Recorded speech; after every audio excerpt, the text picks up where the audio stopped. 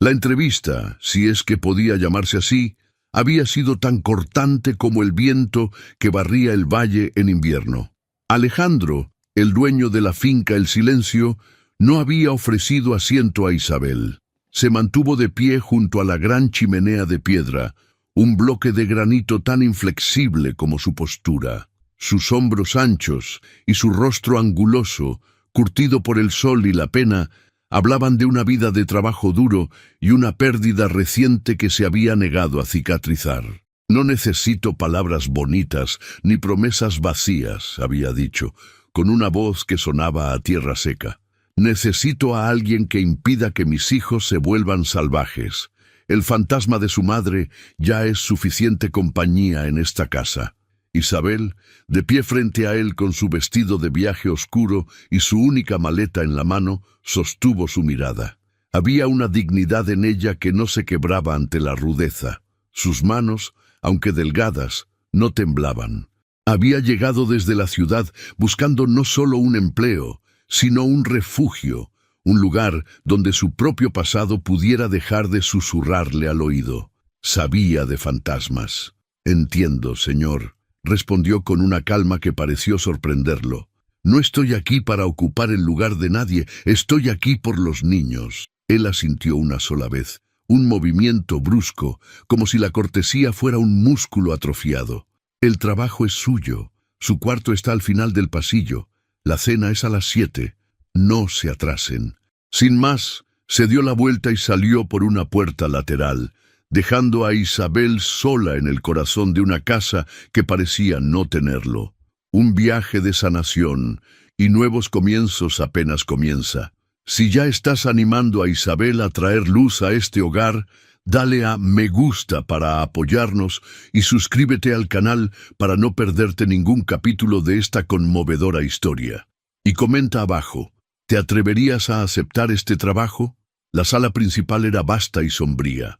Muebles oscuros y pesados bebían la poca luz que se filtraba por las ventanas altas y polvorientas. Sobre la chimenea, un retrato al óleo de una mujer de sonrisa amable estaba cubierto por una fina tela de lino, como si su alegría fuera demasiado dolorosa de contemplar. El único sonido era el tic-tac grave de un reloj de pie, cada segundo cayendo como una gota de agua en una cueva profunda. Isabel respiró hondo, el aire frío y estancado llenando sus pulmones. Se sentía observada no por personas, sino por las paredes mismas, por los ecos de las risas que alguna vez debieron rebotar en ellas. Subió la escalera de madera que crujió bajo sus pies como si se quejara por la intrusión. Su habitación era austera, pero limpia. Una cama de hierro, un armario, una pequeña mesa y una silla junto a una ventana que daba a un jardín descuidado. Desde allí podía ver los campos extendiéndose hasta las colinas, un mar de oro y ocre bajo el sol de la tarde. Era una belleza solitaria, casi desoladora. Mientras deshacía su maleta colocando sus pocos vestidos y un par de libros gastados en el armario, escuchó pasos en el pasillo. La puerta se abrió sin un golpe previo. Una niña de unos 10 años, con el cabello oscuro y enredado de su padre y unos ojos azules que ardían con la intensidad de un fuego helado, la miraba desde el umbral. «Mi padre dice que eres la nueva», dijo, la voz cargada de un desdén impropio de su edad. «Sí, soy Isabel». «Y tú debes ser Sofía», respondió Isabel con una sonrisa suave que no fue devuelta. «No me importa cómo te llames», espetó la niña. «No te quedarás mucho tiempo. Ninguna lo hace». Dio media vuelta y se fue, dejando un silencio vibrante de hostilidad a su paso. Poco después, un segundo visitante apareció, mucho más tímido. Un niño pequeño de unos 6 años se asomó por la puerta, aferrado al marco como si temiera ser arrastrado por una corriente invisible. Era una versión en miniatura de Alejandro, pero sus ojos estaban vacíos de toda emoción, fijos en un punto invisible del suelo. En sus manos sostenía con fuerza un pequeño caballo de madera, con la pintura desgastada por el roce constante de sus dedos. «Hola», dijo Isabel, arrodillándose para estar a su altura. Y tú eres Mateo, ¿verdad? Es un caballo muy bonito. El niño no respondió, ni siquiera parpadeó. Solo se quedó allí, un pequeño espectro en una casa llena de ellos, antes de retroceder lentamente y desaparecer en la penumbra del pasillo. La cena fue una lección de silencio. Se sentaron a la larga mesa del comedor, con Alejandro en la cabecera y un niño a cada lado, dejando un espacio dolorosamente vacío frente a él. El único sonido era el de los cubiertos contra los platos. Alejandro comía con una eficiencia mecánica, sus pensamientos lejos de allí. Sofía movía la comida en su plato, construyendo pequeñas barricadas de puré de patatas. Mateo apenas probó bocado. Isabel intentó iniciar una conversación sobre el tiempo, sobre los campos, pero sus palabras cayeron en el pozo de silencio y se ahogaron. Esa noche, acostada en la cama de hierro, el colchón duro bajo su espalda, Isabel escuchaba la sinfonía de la tristeza de la casa. El viento gemía afuera, arañando las ventanas. El suelo de madera crujía bajo los pasos inquietos de Alejandro en el piso de abajo. Y luego, un sonido casi imperceptible, un sollozo ahogado y fino que venía de la habitación de Mateo. Isabel cerró los ojos, no con desesperación, sino con una extraña sensación de propósito. Esto era más que un trabajo, era una penitencia, una misión. Había llegado a la finca El Silencio buscando un lugar donde esconderse de su propio dolor, pero el destino, con su cruel ironía, la había puesto en el epicentro del dolor ajeno. Y en la profunda oscuridad de esa primera noche, supo que no podía simplemente ser una espectadora. Tenía que encender una luz, por pequeña que fuera, o todos serían consumidos por las sombras. Los primeros días se convirtieron en semanas, y cada amanecer en el silencio era una repetición del anterior. Isabel aprendió a navegar por la casa como un barco en aguas quietas, pero traicioneras. La rutina era su ancla, levantarse antes que nadie, encender el fuego en la cocina, preparar un desayuno que rara vez era recibido con entusiasmo y luego intentar estructurar el día de dos niños que parecían decididos a resistirse a cualquier forma de orden. Sofía era su sombra más hostil. La seguía por la casa, no para ayudar, sino para vigilar. Cuestionaba cada una de sus decisiones con una lógica afilada y cruel. ¿Por qué lavas la ropa así? Mi madre no lo hacía de esa manera. ¿Por qué abres las cortinas? A mi padre le gusta la oscuridad. Cada frase era una pequeña daga lanzada con la intención de herir, de recordarle que era una extraña, una usurpadora. Isabel respondía a cada ataque con una paciencia casi sobrehumana, una calma que parecía enfurecer aún más a la niña. Tu madre seguro que tenía sus razones, y yo tengo las mías, decía con suavidad, sin dejar que la amargura de Sofía envenenara su propio espíritu. Mateo, por otro lado, era un desafío diferente. Era un fantasma en su propio hogar. Se movía por los bordes de las habitaciones, siempre con su caballo de madera en la mano, sus ojos grandes y vacíos, fijos en la nada. No respondía cuando se le hablaba directamente, y a menudo Isabel lo encontraba sentado en un rincón, meciéndose ligeramente, perdido en un mundo al que nadie tenía acceso.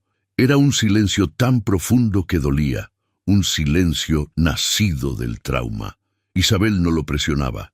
Le hablaba con voz suave, le contaba historias aunque él no pareciera escuchar, y a veces simplemente se sentaba en el suelo a su lado, en silencio, para que supiera que no estaba solo en su isla de dolor. Alejandro era una presencia distante y atronadora. Salía al campo antes del amanecer y no regresaba hasta que el sol se había ocultado, trayendo consigo el olor a tierra y a sudor. En la casa, su presencia llenaba cada espacio, pero rara vez interactuaba con nadie. Observaba desde lejos, sus ojos grises, evaluando cada movimiento de Isabel. Ella podía sentir su escrutinio constante, una mezcla de desconfianza y una curiosidad que él mismo parecía detestar. A veces, Sus miradas se cruzaban por un instante en la mesa de la cena o en un pasillo, y en ese breve momento Isabel veía algo más allá del hombre duro, un atisbo de una soledad tan vasta como los campos que araba. Una tarde, mientras buscaba unos paños limpios en un viejo baúl, Isabel encontró un pequeño cuaderno de dibujo. Pertenecía a Mateo. Las páginas estaban llenas de trazos furiosos, garabatos oscuros y figuras rotas. Pero en las últimas hojas había algo más, dibujos de un caballo, el mismo que llevaba a todas partes, pero en las ilustraciones, el caballo tenía alas, volaba sobre campos oscuros, bajo una luna triste. Era la primera ventana que encontraba al mundo interior del niño. Al día siguiente, sin decir nada, Isabel dejó un lápiz de carbón nuevo y un fajo de hojas blancas sobre la mesita junto a la que Mateo solía sentarse. No dijo una palabra, simplemente lo dejó allí. Durante 2 días, los papeles permanecieron intactos. En la tercera tarde, al entrar en la sala, Isabel vio a Mateo sentado en el suelo, dibujando con una concentración febril. En la hoja había un caballo con alas enormes, y por primera vez, bajo él, no había un campo oscuro, sino una pequeña casa de la que salía humo de la chimenea. Una pequeña semilla de esperanza había sido plantada. El jardín trasero, visible desde la ventana de su habitación, se convirtió en el proyecto secreto de Isabel. Estaba ahogado por las malas hierbas. Las rosas que alguna vez debieron ser hermosas, ahora eran marañas de espinas secas y tallos leñosos. Era un reflejo perfecto de la familia que vivía allí, lleno de potencial, pero abandonado al dolor. Cada tarde, cuando los niños estaban ocupados o descansando, Isabel se ponía unos viejos guantes de trabajo que encontró en el cobertizo y comenzaba su labor. Arrancaba las malas hierbas con una determinación silenciosa, podaba las ramas muertas, removía la tierra compacta y helada. Fue allí, una tarde, con las manos cubiertas de tierra y el rostro sonrojado por el esfuerzo, donde Alejandro la encontró. Se detuvo al borde del jardín, observándola trabajar bajo el sol poniente. «Ese era el jardín de Elena», dijo, su voz desprovista de emoción, pero con un matiz subyacente que Isabel no pudo descifrar. «Lo sé», respondió ella, sin dejar de arrancar un manojo de hierbas. «Un jardín no merece morir solo porque su jardinera se ha ido». Alejandro no respondió. Se quedó allí un largo rato, observando cómo ella intentaba devolverle la vida a la tierra muerta. Para él, ese jardín era un santuario intocable, un monumento a su esposa. Ver a Isabel allí, con sus manos en la tierra que Elena había amado, le provocó una punzada de algo parecido a la traición. Pero también, muy a su pesar, despertó una pizca de admiración por su tenacidad. Esta mujer no se rendía, ni con sus hijos, ni con su casa, ni siquiera con la tierra muerta de su jardín. Se dio la vuelta y se marchó sin decir más. Pero esa noche, en la cena, Isabel notó que él la miraba de una forma diferente, como si estuviera viendo, por primera vez, a la persona y no solo a la empleada. La semilla que ella plantaba en el jardín no era la única que empezaba, lenta y dolorosamente, a germinar. El otoño llegó al valle con una melancolía palpable. Los días se acortaron y el cielo, a menudo, se cubría con un manto de nubes grises que parecían absorber el color del mundo. La tensión en la finca. El silencio era como la presión atmosférica antes de una gran tormenta, densa, pesada, a punto de estallar. Isabel sentía que caminaba sobre una fina capa de hielo que podía romperse en cualquier momento. Había logrado pequeños avances, como islas en un vasto océano de pena. Mateo ya no huía de su presencia, e incluso le había mostrado uno de sus dibujos en silencio. Sofía, aunque todavía mordaz, a veces se quedaba en la cocina mientras Isabel cocinaba, observándola en un silencio que ya no era puramente hostil, sino que contenía una pizca de curiosidad. Pero Alejandro se había vuelto más impenetrable que nunca. Después de aquel día en el jardín, Había levantado sus muros aún más altos. La evitaba. Sus conversaciones se limitaban a órdenes secas y monosílabos. Isabel entendía que el hombre estaba en guerra consigo mismo. Cada pequeña señal de vida que ella inyectaba en la casa era, para él, una afrenta a la memoria de la mujer que la había llenado de vida antes. Él estaba atrapado entre el anhelo de paz para sus hijos y la lealtad a su dolor. Una noche, la tormenta que se había estado gestando durante días finalmente se desató. Comenzó con un viento que aullaba como un animal herido, sacudiendo las contraventanas y silbando por las grietas de la vieja casa. Luego llegó la lluvia, un diluvio torrencial que golpeaba el techo con la furia de 1000 tambores. Y con la lluvia llegaron los truenos, explosiones de luz y sonido que hacían temblar los cimientos de la casa y el corazón de sus habitantes. Isabel estaba en su cama, leyendo a la luz de una vela, cuando un grito agudo y aterrorizado atravesó el estruendo. Era Mateo. El grito no se repitió, pero fue reemplazado por un llanto desesperado, un lamento infantil que la tormenta exterior no podía ahogar. Escuchó los pasos pesados y rápidos de Alejandro en el pasillo y la puerta de la habitación del niño abriéndose de golpe. «Mateo, ya basta, es solo una tormenta», retumbó la voz de su padre, más un trueno que un consuelo. «Los hombres no lloran así». El llanto de Mateo solo se intensificó, volviéndose más agudo, más histérico. Isabel se levantó, se puso una bata sobre su camisón y caminó descalza por el pasillo helado. Se detuvo en el umbral de la habitación. La escena que vio le encogió el corazón. A la luz parpadeante de un candil, Alejandro estaba de pie junto a la cama, su enorme figura proyectando una sombra intimidante sobre el pequeño bulto que era su hijo, acurrucado bajo las sábanas. Estaba perdido, su rostro una máscara de frustración e impotencia. Amaba a su hijo. Isabel no lo dudaba, pero no tenía las herramientas para navegar por el delicado mapa de su miedo. «Señor», susurró Isabel desde la puerta. Alejandro se giró, su rostro crispado. «No puedo calmarlo», admitió con los dientes apretados. La confesión le costó una parte de su orgullo. Isabel entró lentamente en la habitación como si se acercara a un animal asustado. Se sentó en el borde de la cama de Mateo y puso una mano suave sobre el bulto tembloroso. «Mateo, soy yo, Isabel», dijo en voz baja, casi un murmullo. El llanto continuó. Entonces Isabel hizo lo único que se le ocurrió. Cerró los ojos y comenzó a cantar. Era una canción de cuna, una melodía simple y antigua que su propia madre le cantaba en noches como esa. Su voz no era la de una cantante entrenada, pero era clara, firme y llena de una ternura que la habitación no había conocido en años. «Duerme, mi niño, duerme sin temor, que la luna te cuida con su resplandor.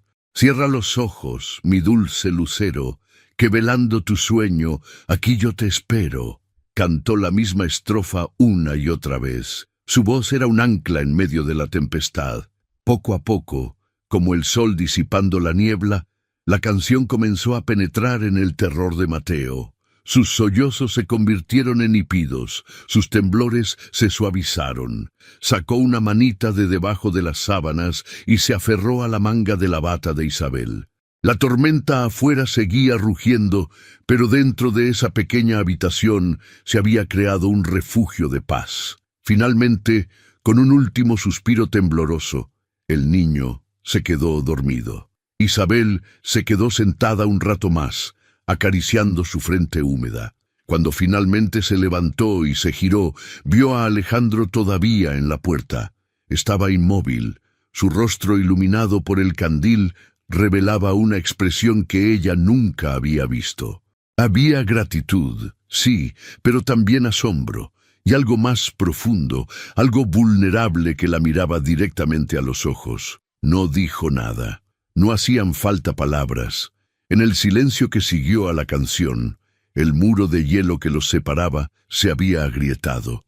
Isabel pasó a su lado y regresó a su habitación, el corazón latiéndole con una extraña mezcla de agotamiento y triunfo.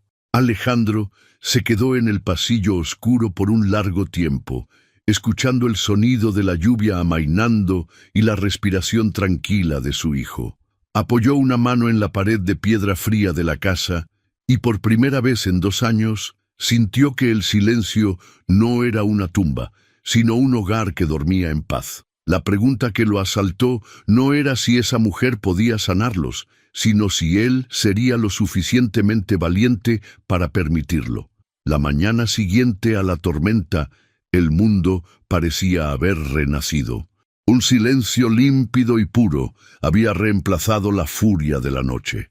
El aire, denso y cargado de electricidad 24 horas antes, ahora era ligero y olía a tierra mojada, a hojas limpias y a la promesa de un nuevo comienzo. Un sol pálido y acuoso se abría paso entre jirones de nubes, derramando una luz mansa que hacía brillar cada gota de agua suspendida en las telarañas del jardín.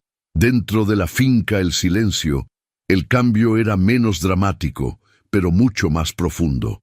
La quietud ya no era el peso de una ausencia, sino un espacio para respirar. El desayuno fue un acto de diplomacia silenciosa. Isabel se movía por la cocina con una gracia contenida, consciente de que la frágil paz que se había instalado era tan delicada como el cristal. Colocó los platos sobre la mesa, el sonido de la porcelana sobre la madera inusualmente suave. Alejandro entró. Sus botas limpias de barro por primera vez en semanas. No arrastraba los pies como de costumbre. Había una deliberación en su paso, una contención. Se sentó en la cabecera y por un instante sus ojos se encontraron con los de Isabel. No hubo sonrisa, ni siquiera un asentimiento, pero por primera vez él no desvió la mirada. La sostuvo un segundo más de lo necesario, un reconocimiento silencioso que valía más que 1000 palabras. Mateo fue el siguiente en llegar. Caminó hasta su silla, no arrastrándose pegado a la pared, sino por el centro de la habitación. Llevaba su caballo de madera, pero no lo aferraba contra su pecho como un escudo. Lo sostenía de forma casual en una mano. Se sentó y miró el plato de avena caliente que Isabel le sirvió, y luego levantó la vista hacia ella. Un fantasma de sonrisa, apenas una contracción en la comisura de sus labios, apareció y desapareció, pero fue suficiente. Fue como ver el primer brote verde en un campo yermo. La única que parecía decidida a mantener el invierno era Sofía. Entró con el ceño fruncido, su rostro una pequeña nube de tormenta en el claro cielo de la mañana. Se dejó caer en su silla con un ruido innecesario y fulminó con la mirada a su hermano, a su padre y sobre todo a Isabel. La nueva armonía era una afrenta, una traición a la tristeza que, en su mente infantil, era la única forma de lealtad que le quedaba hacia su madre. Comieron. El silencio persistía, pero su textura era diferente. Ya no era un abismo, sino un río tranquilo. Cuando terminaron, Alejandro se puso en pie. Se aclaró la garganta y por un momento pareció que iba a decir algo, a romper el molde de su mutismo. Se vio la lucha en su mandíbula apretada, en la forma en que sus manos se crisparon, pero las palabras no salieron. En su lugar, caminó hacia la puerta, deteniéndose un instante junto a Isabel. «Gracias», fue todo lo que dijo. La palabra salió de su garganta como si arrancara una raíz profunda y amarga, un murmullo áspero por la falta de uso. No esperó una respuesta, simplemente se puso el sombrero y salió a enfrentar un día de trabajo que, de alguna manera, se sentía menos pesado. Más tarde, mientras Isabel ordenaba su propia habitación, notó algo sobre la almohada. Era una hoja de papel, doblada con esmero. Con el corazón latiéndole un poco más rápido, la desdobló. La imagen la dejó sin aliento. Era un dibujo de Mateo, inconfundible por sus trazos audaces y su perspectiva infantil. Un gran caballo con alas majestuosas surcaba el cielo. Pero lo que hizo que a Isabel se le humedecieran los ojos Fue el sol. En la esquina superior de la página, un círculo de un amarillo vibrante y enérgico dominaba la escena, sus rayos extendiéndose como brazos abiertos, tocando las alas del caballo, el suelo, todo. Era un sol que no solo iluminaba, sino que calentaba. Era la antítesis de la luna triste de sus dibujos anteriores. Era un sol de gratitud. Con el precioso papel en la mano, buscó a Mateo. Lo encontró en la sala principal, sentado en el alféizar de la gran ventana, observando a un petirrojo picotear en el jardín embarrado. Se sentó a su lado en silencio, esperando. Después de un rato, le mostró el dibujo. «Es el dibujo más bonito que he visto nunca, Mateo», dijo con voz suave.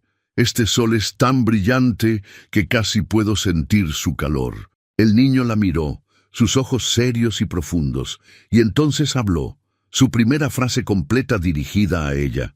«Sí», susurró, su voz fina como un hilo, «porque ya no tiene miedo de los truenos». La emoción fue una ola que casi derribó las defensas de Isabel. Respiró hondo. «No», respondió, su propia voz un poco temblorosa. «Ahora sabe que hasta las peores tormentas terminan, y que después de la lluvia siempre vuelve a salir el sol, ¿verdad?» Mateo asintió, un movimiento solemne, y por primera vez apoyó su cabeza por un instante en el brazo de Isabel. El contacto duró apenas un segundo, pero fue un universo de confianza. Mi madre también lo calmaba. La voz de Sofía, afilada como un trozo de vidrio, rompió el momento. Estaba de pie en la puerta observándolos, sus brazos cruzados como una armadura, y no necesitaba cantar ninguna canción tonta. A él le bastaba con su abrazo. La acusación era un veneno destinado a anular el antídoto que Isabel estaba creando. «Tú no eres ella, eres una impostora». Isabel se giró lentamente hacia la niña. Vio más allá del enfado. Vio el miedo en sus ojos, el miedo a olvidar, el miedo a ser reemplazada en el afecto de su hermano. «Estoy completamente segura de que así era, Sofía», dijo Isabel. Su voz era un bálsamo. «El abrazo de una madre es el lugar más seguro del mundo y nada puede compararse a eso. Yo nunca podría. Solo soy una amiga que sostiene una vela en la oscuridad hasta que los demás se acostumbran a la luz de nuevo». Sofía no supo qué responder a eso. La ira esperaba ira, no comprensión. Frustrada, dio un bufido y subió corriendo las escaleras. El sonido de sus pasos, un eco furioso de su confusión. Isabel se quedó allí, el calor del sol de papel de Mateo en sus manos y el frío de la soledad de Sofía en su corazón. Había ganado una batalla, una inmensa y maravillosa batalla por el alma de un niño. Pero la guerra por esa familia fracturada apenas comenzaba. La fortaleza del resentimiento de Sofía ahora tenía muros más altos, y el rey de ese castillo herido, Alejandro, le había dado las gracias, sí, pero seguía siendo un territorio desconocido y peligroso. La paz era precaria, y la próxima tormenta, Isabel lo sabía, no vendría del cielo, sino del interior de esas mismas paredes. Las semanas que siguieron se tejieron con un hilo de frágil esperanza. La finca El Silencio comenzó a exhalar lentamente, liberando un poco del dolor que había mantenido en sus pulmones de piedra durante 2 largos años. Mateo se convirtió en la pequeña sombra de Isabel. Ya no se escondía. La seguía al gallinero, a la cocina e incluso al jardín, donde se sentaba en un escalón de piedra y dibujaba mientras ella trabajaba la tierra. Sus conversaciones eran breves y susurradas, pequeños puentes de palabras que conectaban sus 2 mundos silenciosos. El caballo alado de sus dibujos ahora siempre volaba bajo un sol radiante, a veces con un pequeño niño en su lomo. Con Alejandro, el progreso era más lento, medido en miradas en lugar de palabras. A veces, él se detenía un momento en la puerta de la cocina para verla enseñar a Mateo a leer, una expresión indescifrable en su rostro. En una ocasión, ella le preguntó sobre la rotación de los cultivos en un campo cercano, y él, sorprendido por su interés, le explicó durante casi 10 minutos los secretos de la tierra que amaba. Fue la conversación más larga que habían tenido, y cuando terminó, un torpe silencio se instaló entre ellos, cargado de la electricidad de algo nuevo y desconocido. Incluso Sofía parecía estar bajando la guardia, aunque fuera de forma casi imperceptible. Dejó de hacer comentarios cortantes sobre su madre y en su lugar adoptó una tacticia de observación crítica. Se sentaba a hacer sus deberes en la mesa de la cocina, fingiendo ignorar a Isabel, pero escuchando cada palabra, cada canción que le tarareaba a Mateo. Era una tregua no declarada, un campo de batalla en el que las armas se habían bajado, aunque nadie se atrevía a abandonarlas. En el jardín, el trabajo de Isabel comenzaba a dar sus frutos. Los rosales, liberados de la asfixia de las malas hierbas y la madera muerta, habían comenzado a brotar. Pequeños capullos verdes y apretados salpicaban las ramas espinosas, promesas de un color y una fragancia que la casa había olvidado. Para Isabel, cada uno de esos brotes era una victoria personal, un símbolo de la vida que se negaba a rendirse. Pero la paz es a menudo un preludio de la guerra. Y la guerra llegó un martes por la tarde en un carruaje que levantaba una nube de polvo presuntuoso por el camino. Dolores, la hermana de la difunta Elena, descendió del carruaje como una reina visitando una colonia empobrecida. Era una mujer alta y delgada, vestida de un luto impecable que parecía más una declaración de moda que una expresión de dolor. Su rostro era afilado, sus ojos oscuros y pequeños, y su sonrisa una línea delgada y tensa que nunca llegaba a sus ojos. Su nombre, Dolores, le sentaba como un guante a medida. «Alejandro, querido», exclamó, ofreciendo su mejilla a su cuñado, quien la recibió con una rigidez evidente. «Y mis pequeños huérfanos, vengan con la tía Dolores». Sofía corrió a sus brazos, un acto de lealtad que no pasó desapercibido. Mateo, sin embargo, se quedó cerca de Isabel, una mano aferrada discretamente a su falda. La mirada de Dolores se posó en Isabel, recorriéndola de arriba abajo con un desdén apenas velado. «Ah», dijo, su voz dulce como el veneno, «la nueva institutriz. Espero que estés manteniendo la casa como a mi pobre Elena le hubiera gustado». No le preguntó su nombre. No le dio la mano. Simplemente la descartó como parte del servicio.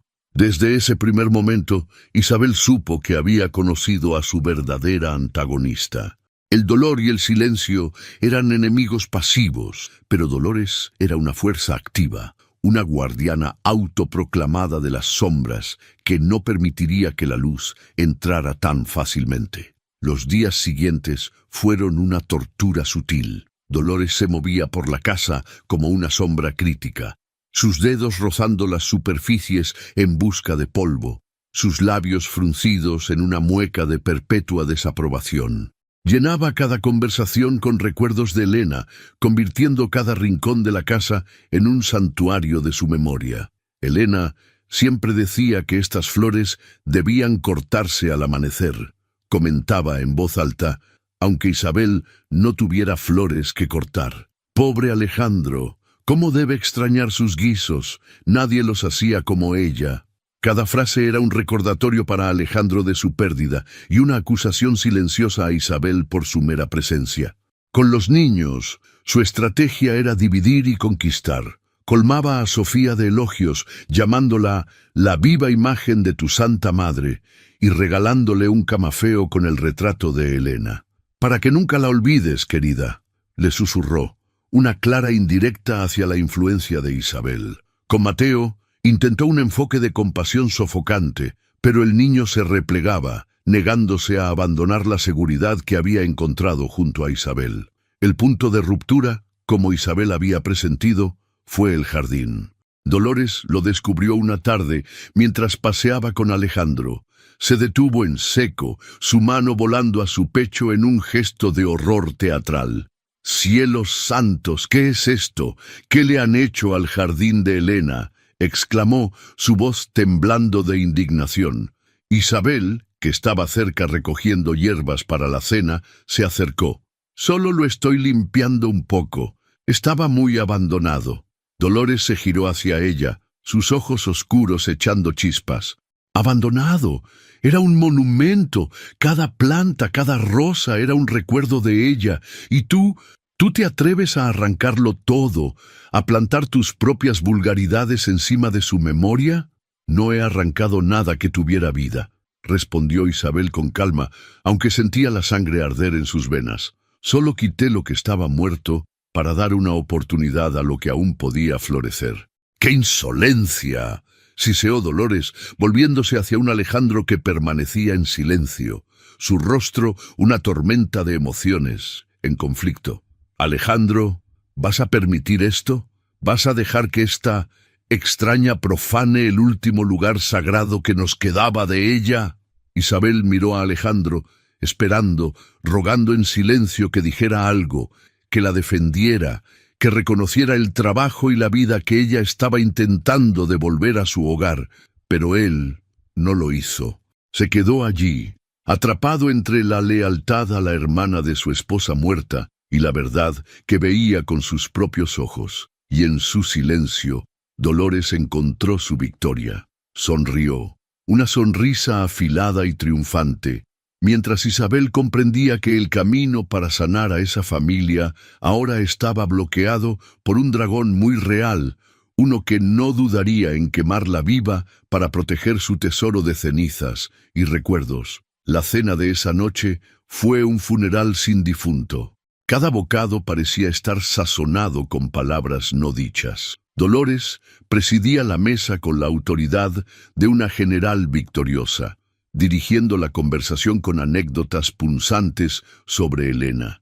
Cada una de ellas una joya pulida de nostalgia, diseñada para resaltar la palidez de la presencia de Isabel. Alejandro comía con la cabeza gacha, un gigante reducido a una sombra por la culpa.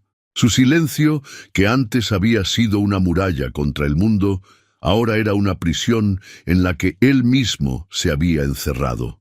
No había defendido a Isabel, no había defendido la verdad, y el sabor amargo de su propia cobardía era más fuerte que el del estofado en su plato.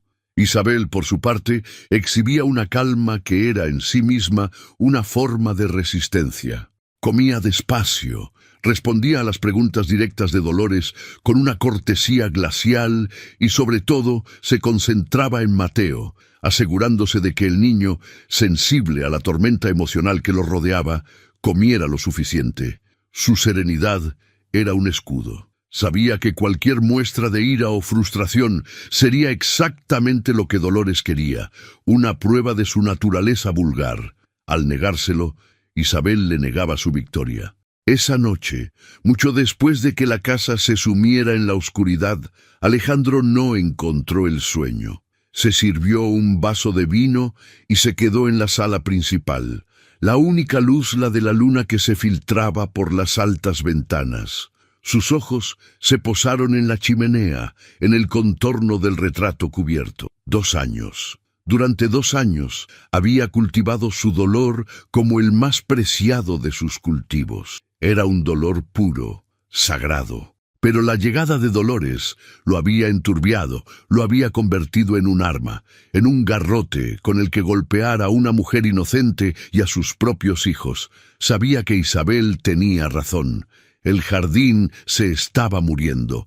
Él lo veía cada día, como se morían sus hijos, como se moría él por dentro. La llegada de Isabel había sido como una lluvia de primavera después de una larga sequía. Incómoda, sí, inesperada también, pero necesaria. Y él, por miedo a profanar el recuerdo de la sequía, había maldecido la lluvia. Se bebió el vino de un trago. El líquido amargo no pudo apagar el fuego de la vergüenza que le quemaba por dentro. Envalentonada por la pasividad de Alejandro, Dolores intensificó su asedio. Su guerra era de susurros, de gestos, de pequeñas crueldades disfrazadas de buenas intenciones. Un día escondió el cesto de costura de Isabel, solo para encontrarlo horas después, exclamando: ¡Ay! Esta casa es tan grande. Una debe ser más organizada si quiere manejarla bien, ¿no crees? Otro día le contó a Sofía historias idílicas sobre su madre, pintando un retrato de una santa perfecta e inalcanzable. Tu madre jamás levantaba la voz, Sofía. Su dulzura era como música. Debes esforzarte por ser como ella, por honrarla. El mensaje era claro.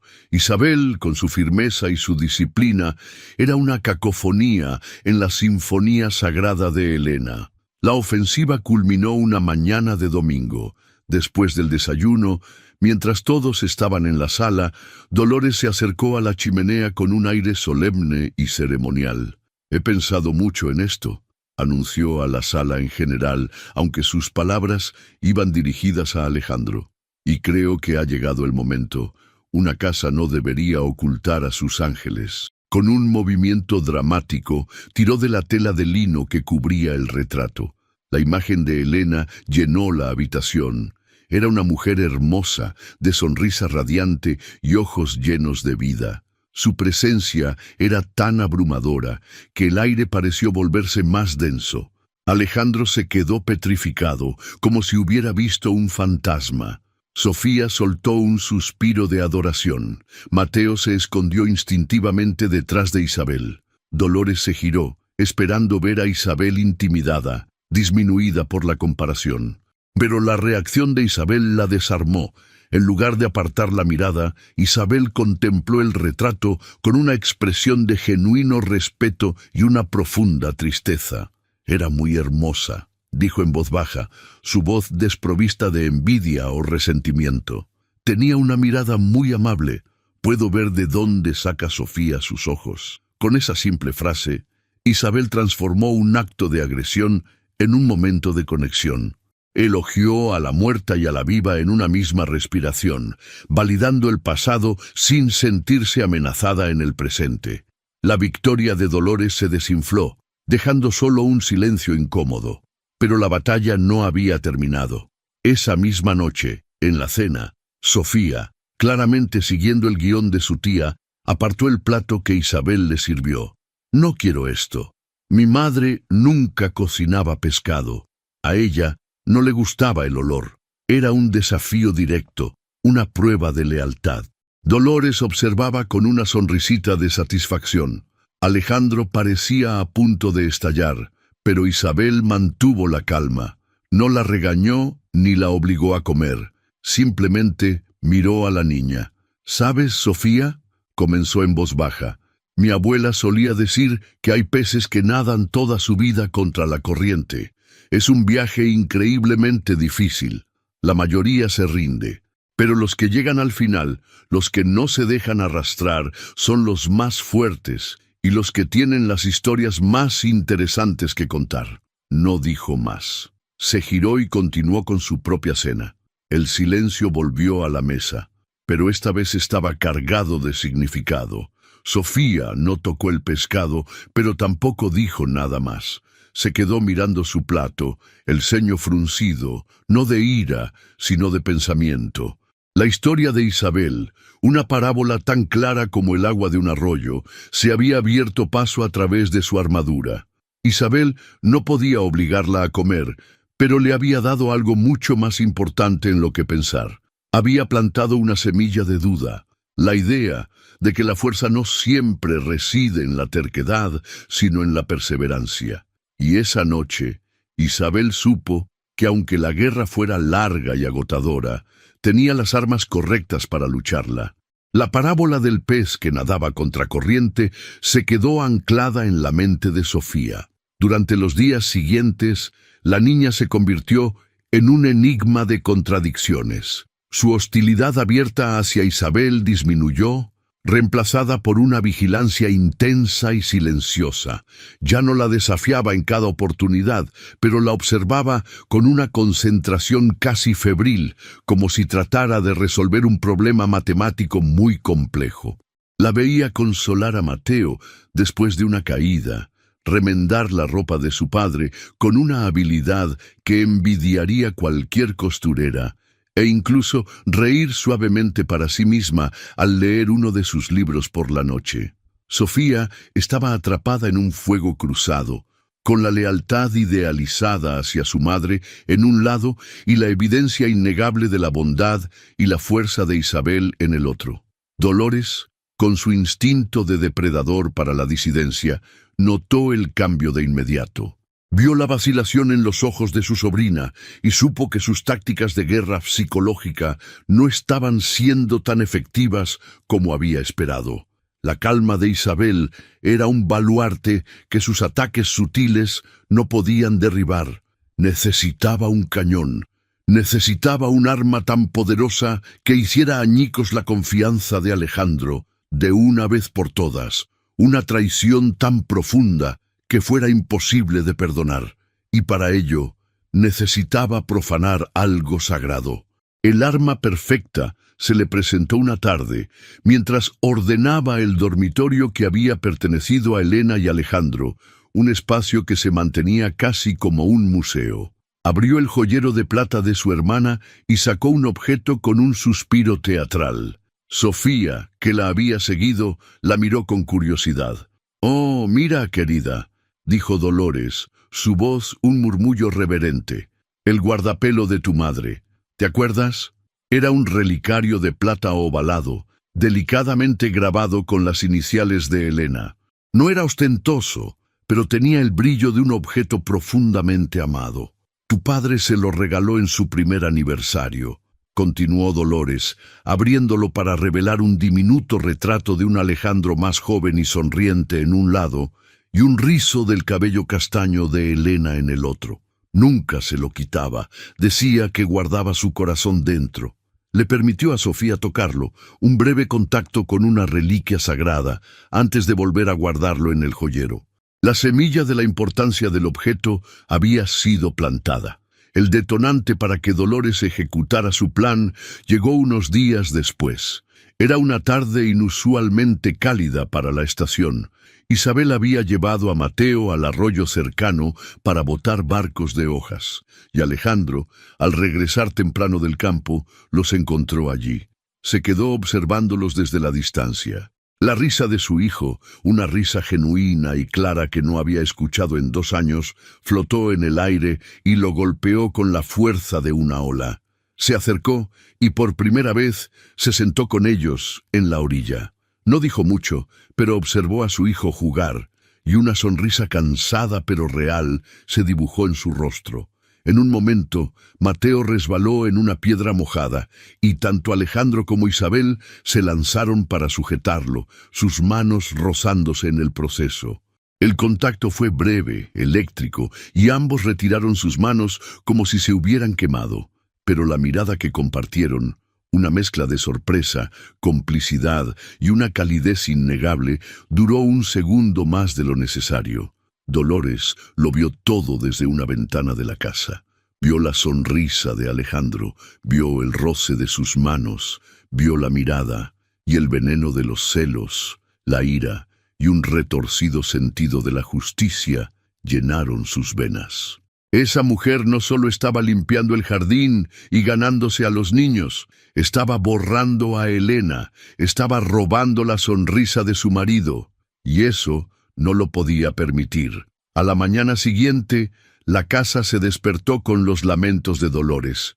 «No está, no puede ser», exclamaba, revolviendo los cajones del dormitorio principal. Alejandro acudió a su llamada, encontrándola con una mano en la frente, la viva imagen de la desesperación. «¿Qué ocurre, Dolores?» «El guardapelo de Elena, el relicario de plata. No está en su joyero. Lo miré ayer mismo con Sofía. Estaba aquí y ahora ha desaparecido». La búsqueda comenzó. Fue una farsa orquestada por Dolores. Revolvió armarios, miró debajo de la cama, cada vez más agitada. «Es tan extraño», decía, hablando más para sí misma, pero lo suficientemente alto para que Alejandro la oyera. «Casi nadie entra a esta habitación, solo la familia, la pequeña Sofía, a veces, y la institutriz, claro, para limpiar». Isabel, ajena a la tormenta que se cernía sobre ella, estaba en la cocina preparando la masa del pan.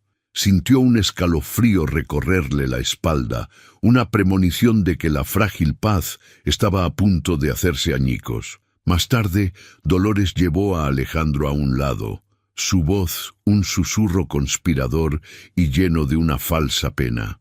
Alejandro, por favor, no quiero pensar mal de nadie, pero debemos ser realistas. Esa mujer, Isabel, es una extraña. No sabemos nada de su pasado, de dónde viene, de sus necesidades. Un objeto de plata pura tiene su valor, quizás tiene deudas, quizás simplemente es una mala persona. ¿Cómo podemos saberlo? Cada palabra era una gota de veneno cuidadosamente administrada, diseñada para activar las peores dudas de Alejandro.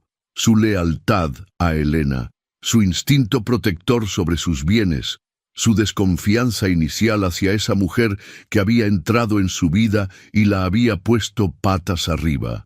Al final del día, la atmósfera en la casa era irrespirable. El guardapelo no había aparecido. Isabel podía sentir la mirada de Alejandro sobre ella, pero ya no era de curiosidad o de incipiente calidez. Era una mirada fría, calculadora, llena de una sospecha que la hería más que cualquier acusación directa. Ella no sabía qué crimen se le imputaba, pero se sentía ya juzgada y condenada. La confianza que tanto le había costado construir se desmoronaba como un castillo de arena ante la marea, y supo, con una certeza helada, que la verdadera tormenta estaba a punto de estallar sobre su cabeza. La atmósfera de la finca. El silencio se había vuelto venenosa.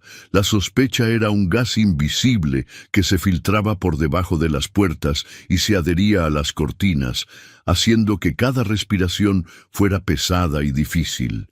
Isabel se movía por la casa cumpliendo sus deberes con una dignidad mecánica, pero sentía el peso de la mirada de Alejandro sobre ella en todo momento.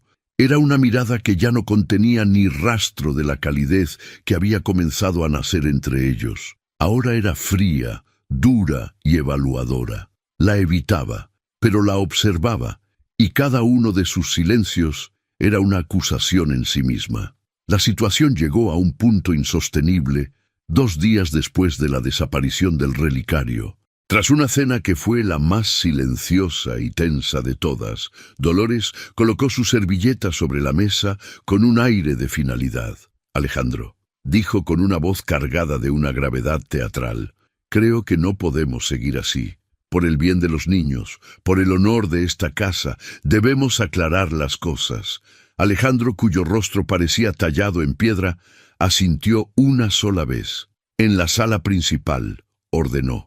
Su voz era un mandato sin apelación. Miró a Isabel. «Usted también». El corazón de Isabel se hundió, pero su rostro no traicionó ninguna emoción. Asintió con la cabeza y lo siguió, sintiéndose como una prisionera llevada a su propio juicio. La sala estaba iluminada únicamente por el fuego crepitante de la chimenea, que proyectaba sombras danzantes y monstruosas sobre las paredes. Alejandro se quedó de pie junto al fuego, de espaldas a la habitación, una silueta imponente y oscura. Dolores se sentó en un sillón, adoptando la pose de una jueza afligida. «Señorita», comenzó Dolores, sin molestarse en usar el nombre de Isabel. «Como sabe, un objeto de inmenso valor sentimental, el guardapelo de mi difunta hermana, ha desaparecido de su dormitorio. Hemos buscado por todas partes sin éxito». Hizo una pausa, dejando que el peso de sus palabras llenara la habitación. «No me complace en absoluto tener esta conversación. Me duele profundamente. Pero las circunstancias son inequívocas. Usted es la única persona ajena a la familia que ha tenido acceso a esa habitación». Isabel la escuchaba, su postura recta, sus manos entrelazadas frente a ella para ocultar su temblor. Miró a Alejandro, esperando que se diera la vuelta, que la mirara a los ojos, que le diera la oportunidad de defenderse. Pero él permaneció de espaldas. Su silencio era un muro infranqueable. «No quiero pensar mal», continuó Dolores, su voz un susurro de falsa compasión. «Pero una mujer en su posición, sola en el mundo, Quizás tuviera una necesidad acuciante, quizás pensó que nadie lo notaría. Finalmente, Alejandro se giró. Su rostro estaba demacrado por el conflicto interno. Sus ojos grises eran 2 pedazos de hielo. La miró, pero no la vio a ella. La mujer que había calmado a su hijo en la tormenta, que había devuelto la vida a su jardín. Vio a una extraña, una fuente de conflicto, un recordatorio de su propia debilidad y de la culpa que sentía por haber empezado a sentir algo por ella. Y en ese momento eligió el camino más fácil, el de la lealtad ciega al pasado. Contraté sus servicios para que trajera paz a esta casa. No más dolor, dijo. Su voz era tan fría y cortante como el acero. Cada palabra fue un golpe. Me equivoqué al confiar en usted. Hizo una pausa, y el crepitar del fuego fue el único sonido. Empaque sus cosas. Se irá por la mañana. La sentencia fue dictada. El aire pareció salir de los pulmones de Isabel. No era tanto la acusación de robo, una mentira tan absurda que casi no merecía respuesta. Era la fuente de la que venía. Era el hombre que había empezado a ver. El padre herido, el alma solitaria. Era la aniquilación total de la frágil confianza que habían construido. Sintió las lágrimas picando en sus ojos, pero se negó a derramarlas. No les daría esa satisfacción. Levantó la barbilla y miró directamente a Alejandro. Y por primera vez, él flaqueó, incapaz de sostener la intensidad de su mirada herida. «No me duele que piense que soy una ladrona, señor», dijo ella. Su voz era baja pero firme, resonando en el silencio tenso. «Me duele que, después de todo este tiempo, todavía piense que soy una extraña». Sin decir una palabra más, se dio la vuelta y salió de la sala con la cabeza en alto, dejando tras de sí un silencio mucho más pesado y desolador que el que había encontrado a su llegada. Al pasar por la puerta, vio a Sofía observando desde la penumbra del pasillo, su rostro una máscara de triunfo infantil que no lograba ocultar una punzada de inquietud en sus ojos. Isabel subió las escaleras. Cada paso, un esfuerzo monumental. Entró en su habitación y cerró la puerta. No lloró. El dolor era demasiado profundo para las lágrimas. Se movió con una calma helada, abriendo su maleta sobre la cama. Comenzó a doblar sus pocos vestidos, sus movimientos precisos, metódicos. Era como si su cuerpo supiera que la única manera de sobrevivir era seguir moviéndose. Se detuvo junto a la ventana y miró hacia afuera, hacia el jardín oscuro. La luna iluminaba los pequeños capullos de las rosas, promesas de una belleza que ella no llegaría a ver florecer. Y en ese momento se sintió completamente sola. Parecía que la finca, el silencio, finalmente la había derrotado, y la pequeña luz de esperanza que había traído con tanto esfuerzo estaba a punto de ser extinguida para siempre. El silencio que siguió a la partida de Isabel de la sala principal no fue de paz, sino de vacío. Dolores suspiró, un sonido de alivio calculado, y puso una mano sobre el brazo de Alejandro. «Hiciste lo correcto, querido. Lo más difícil, pero lo correcto. A veces hay que podar las ramas enfermas para salvar el árbol». Pero sus palabras sonaron huecas. Alejandro no respondió. Se apartó de su contacto y caminó hacia la ventana, mirando la oscuridad impenetrable de la noche.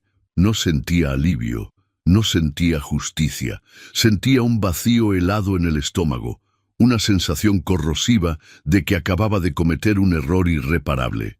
La mirada de Isabel, esa mezcla de dolor y decepción, estaba grabada a fuego en su mente.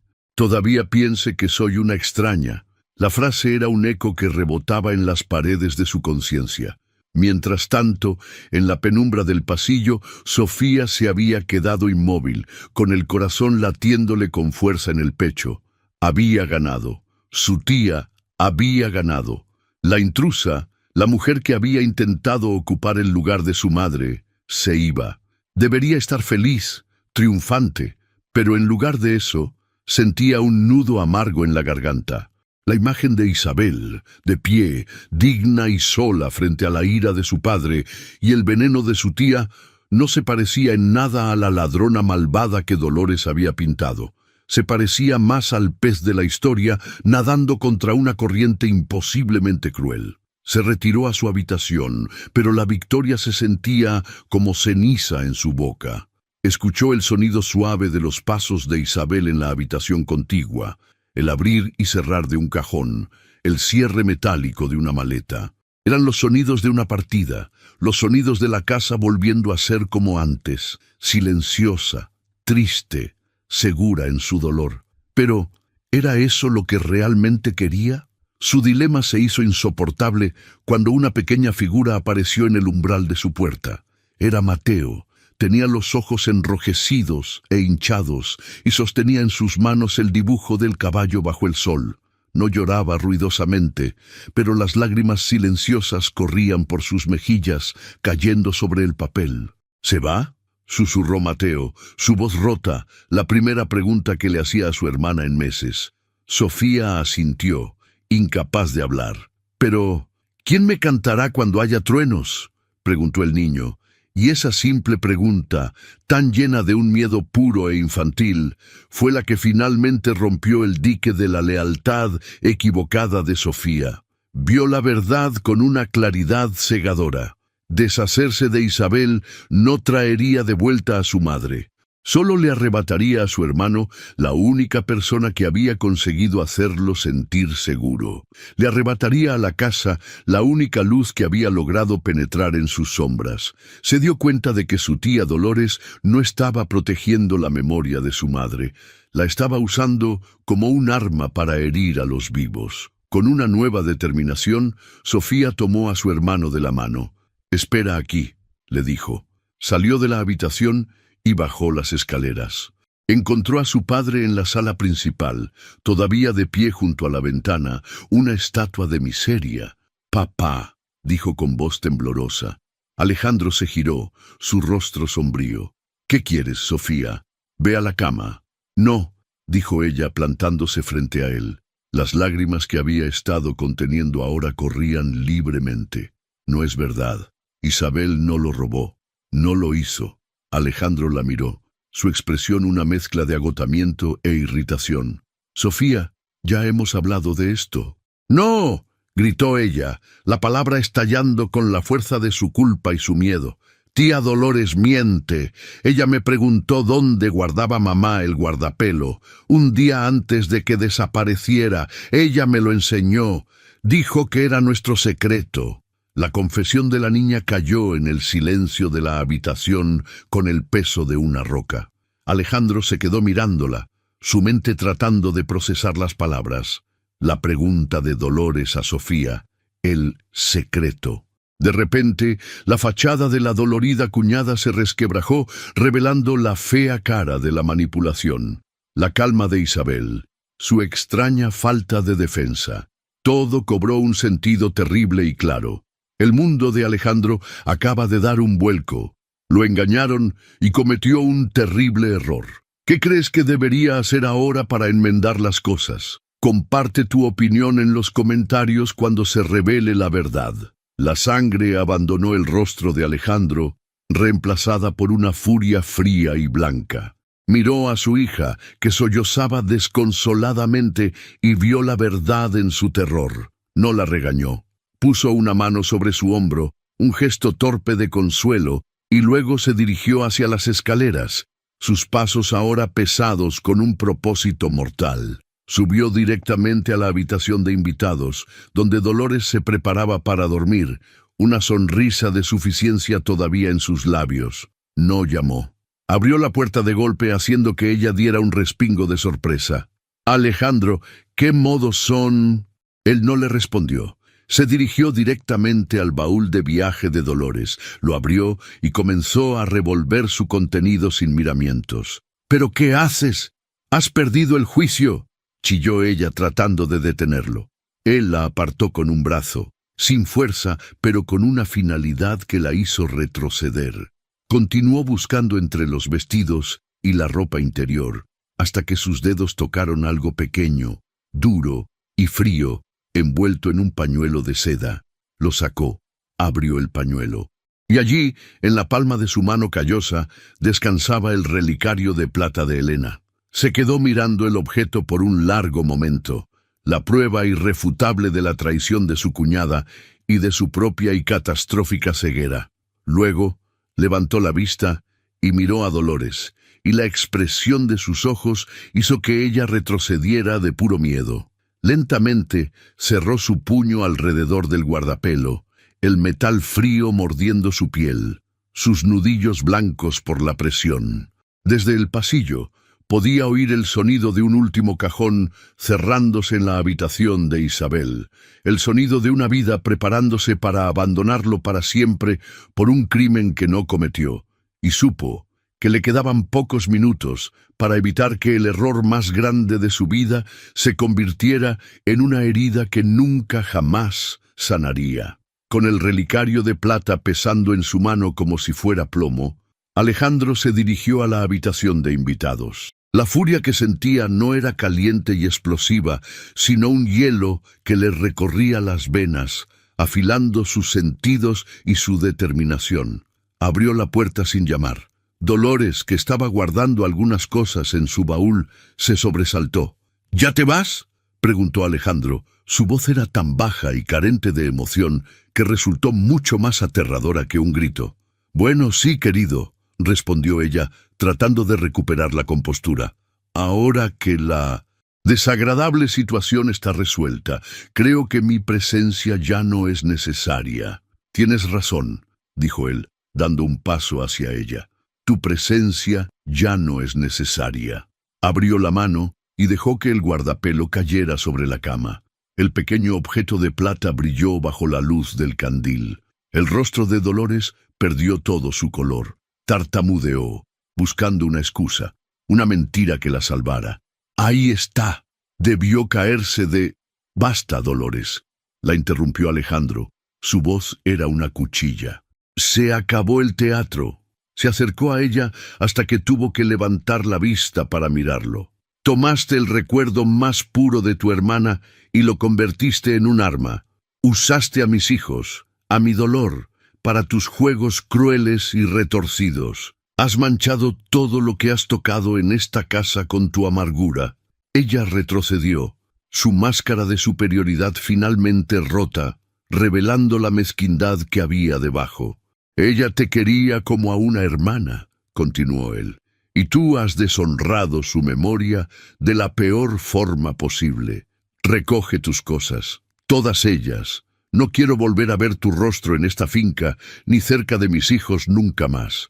Tienes una hora para desaparecer de nuestras vidas». Sin esperar respuesta, se dio la vuelta y salió, cerrando la puerta tras de sí. El sonido del cerrojo al girar fue definitivo. Con el corazón martilleándole en el pecho, se dirigió a la habitación de Isabel. La puerta estaba entreabierta. La vio de espaldas a él, de pie junto a la ventana, su pequeña maleta cerrada a sus pies. Estaba a punto de irse, a punto de desaparecer por su culpa. «Isabel», dijo, su voz ronca por la emoción. Ella se giró. Sus ojos estaban enrojecidos, pero no había derramado ni una lágrima. Había una tristeza infinita en su mirada, pero también una fuerza inquebrantable que lo avergonzó profundamente. Él entró en la habitación, con la mano todavía apretada en un puño. «No te vayas», suplicó. Abrió la mano y le mostró el relicario. «Lo encontré. Estaba en su equipaje. Sofía me lo contó todo. Dolores la manipuló, a ella y a mí». Isabel miró el guardapelo, luego a él, pero su expresión no cambió. Una disculpa por los hechos no era suficiente, y ambos lo sabían. Alejandro dio un paso más, su orgullo hecho añicos a sus pies. Su voz se quebró. «Isabel, perdóname, no por dudar de ti. Perdóname por ser un ciego y un cobarde». La miró a los ojos, obligándose a mostrarle el alma desnuda que tanto tiempo había mantenido oculta.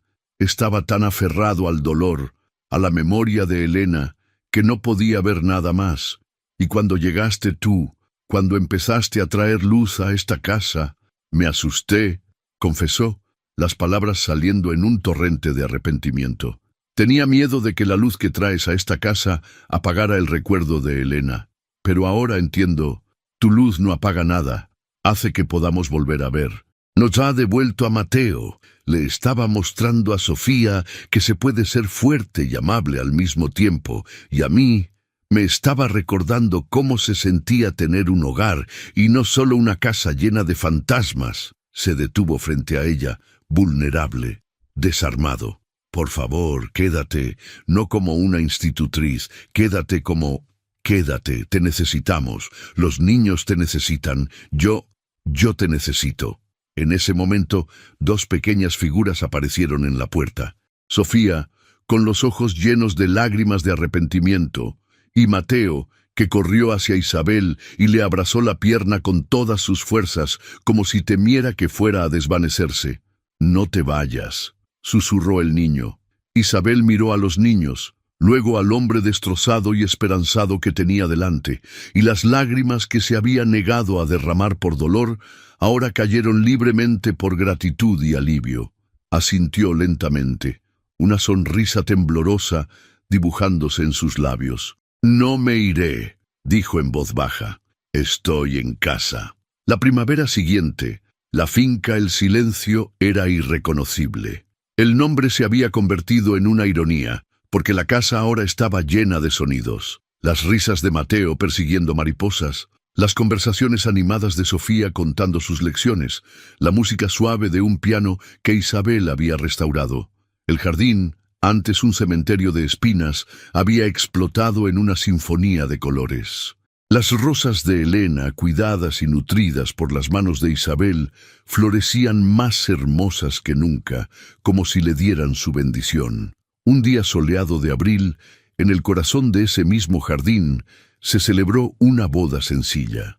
Alejandro, con un traje que no era de luto, esperaba junto a un arco de flores. A su lado estaban sus hijos, Sofía con un vestido blanco y una corona de flores, y Mateo sosteniendo un cojín con dos sencillas alianzas de oro. Cuando Isabel apareció, caminando por el sendero de hierba, con un vestido color crema y el sol brillando en su cabello, Alejandro sintió que su corazón, que había creído muerto, latía con una fuerza que nunca había conocido. Ella no era el reemplazo de nadie, era su segunda oportunidad, su milagro. Mientras intercambiaban sus votos, él tomó sus manos y habló con una voz clara y firme que resonó en el aire primaveral. Una vez le dije a una mujer que no necesitaba palabras bonitas. Hoy sé que estaba equivocado. Las palabras más bonitas son las que nacen de un corazón agradecido. Y el mío te da las gracias, Isabel, por enseñarnos a vivir de nuevo. La familia, antes rota, se convirtió en un círculo, sus manos unidas. Miraron el horizonte no hacia el pasado con dolor, sino hacia el futuro, juntos, la finca. El silencio había encontrado por fin su voz, y era una canción de amor. Si esta historia de redención y segundas oportunidades te conmovió, demuéstrale tu apoyo dándole me gusta y compartiéndola con alguien que disfrute de los finales felices. Para más historias que te conmoverán, suscríbete al canal y activa la campanita. Ve nuestra próxima historia aquí y gracias por ser parte de nuestra comunidad.